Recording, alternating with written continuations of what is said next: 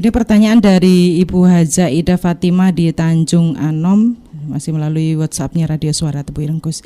Melanjutkan beberapa waktu yang lalu itu istri yang tidak mencintai suami lagi karena selingkuh, main togel, kemudian suami juga pelit, tidak menafkahi. Nah, apakah itu dosa, Gus?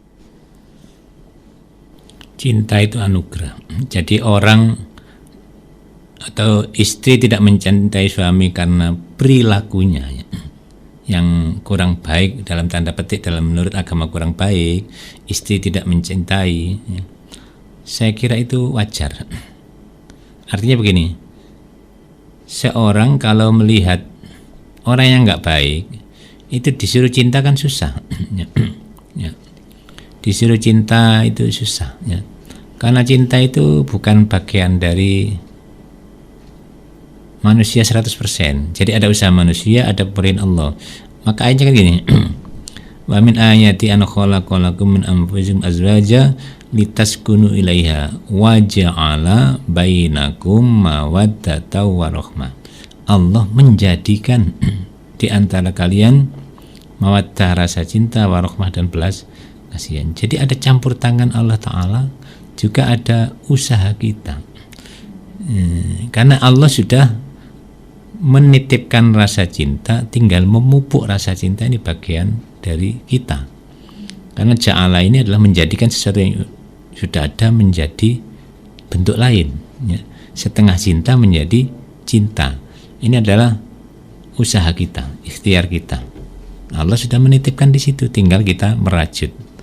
Nah ini, tapi kalau suami sudah nggak baik, rasa cinta akan luntur, ini ya tidak bisa disalahkan istri. Mengapa? Karena perilakunya yang jelek. Sekali lagi, cara yang terbaik adalah kita doakan, kita ingatkan. Suami yang keliru, istri harus mengingatkan. Istri yang keliru, suami harus mengingatkan. Ya. Jadi suami yang keliru kita ingatkan, ya. Tetap ya kita doakan, kita ingatkan. Namanya dia itu salah khilaf, ya. Bisa tidak sengaja, atau juga bisa sengaja. Namanya judi kan mesti sengaja. Tapi kan itu kadang karena lingkungan, karena pertemanan sehingga hanyut. Maka tetap harus kita tarik. Kalau orang lain akan terjumus, harus kita tarik itu. Ibarat mau kecemplung sumur, harus kita tarik. Dengan cara apa? Didoakan, bukan dimusuhi. Tetap istri harus berbuat baik pada suami. Hak-haknya suami harus berikan. Waya tinggal wedang misalkan, ya harus kita perlakukan dengan baik, harus.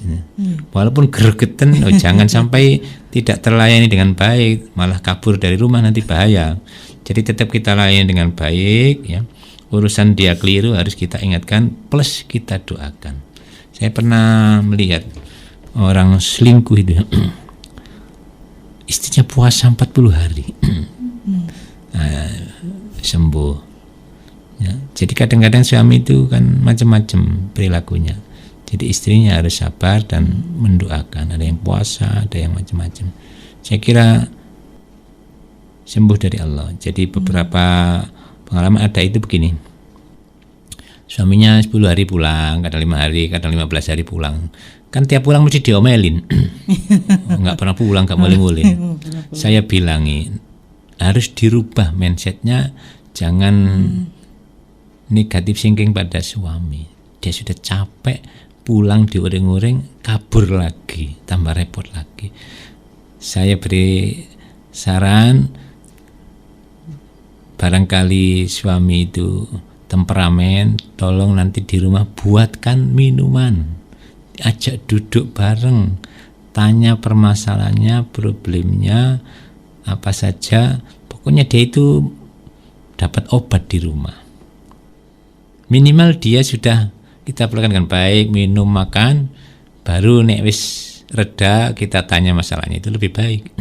Ketika datang nggak usah tanya-tanya yang macam-macam. Yang penting dia pulang, alhamdulillah, daripada pulang ke tetangga sebelah. Ya.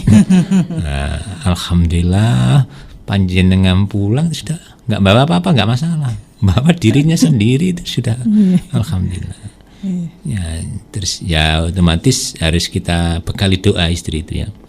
barangkali suami ini kena pelet, kena apa, itu harus kita buka doa ya, baca selawat, baca An-Nas, Al-Falaq, ayat kursi dan lain itu harus ya. Supaya kalau benar-benar ini non medis dan bukan dari diri sendiri, bahasa saya tadi kena telur, kena sihir, ya harus kita doakan, kita obati. Caranya ya tadi baca selawat, baca Al-Falaq, baca An-Nas. Alhamdulillah kapan sudah rukun dan istrinya bilang sekarang sudah kerasan di rumah ya, sudah mau pulang ya.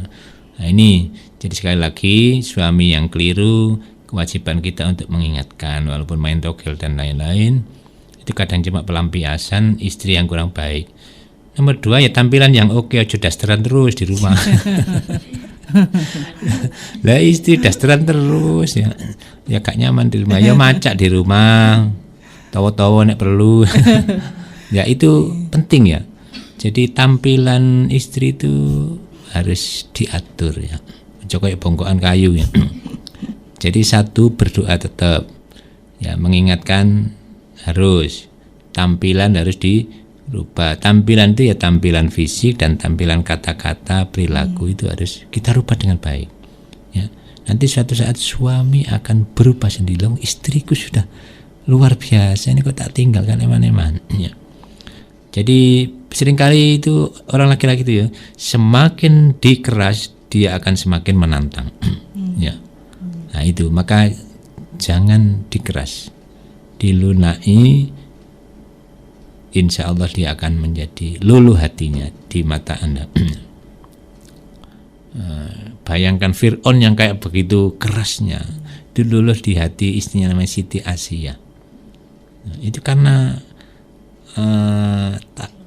ya kelembutan seorang istri menghadapi Fir'aun yang ngaku jadi Tuhan loh. Ini nomor topnya nakal-nakali wong sak dunya itu sampai diabadikan dalam Al-Quran itu Fir'aun.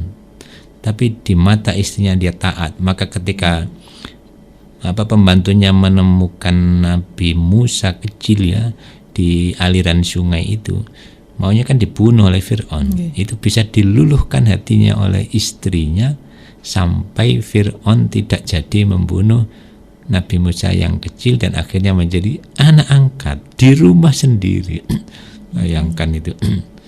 Ya, jadi Fir'aun itu dulu mimpi buruk ya, mimpi kayak di melingkupi api istananya. Akhirnya menurut penasihatnya, ini akan ada musuh Anda dari rakyat Anda. Maka semua bayi lahir laki-laki harus dibunuh. Nah, itu karena mimpi dan menurut penasihatnya tadi ini musuh akan datang menguasai istana. Ya, itulah kelembutan istri bisa membuat luluh hati suami.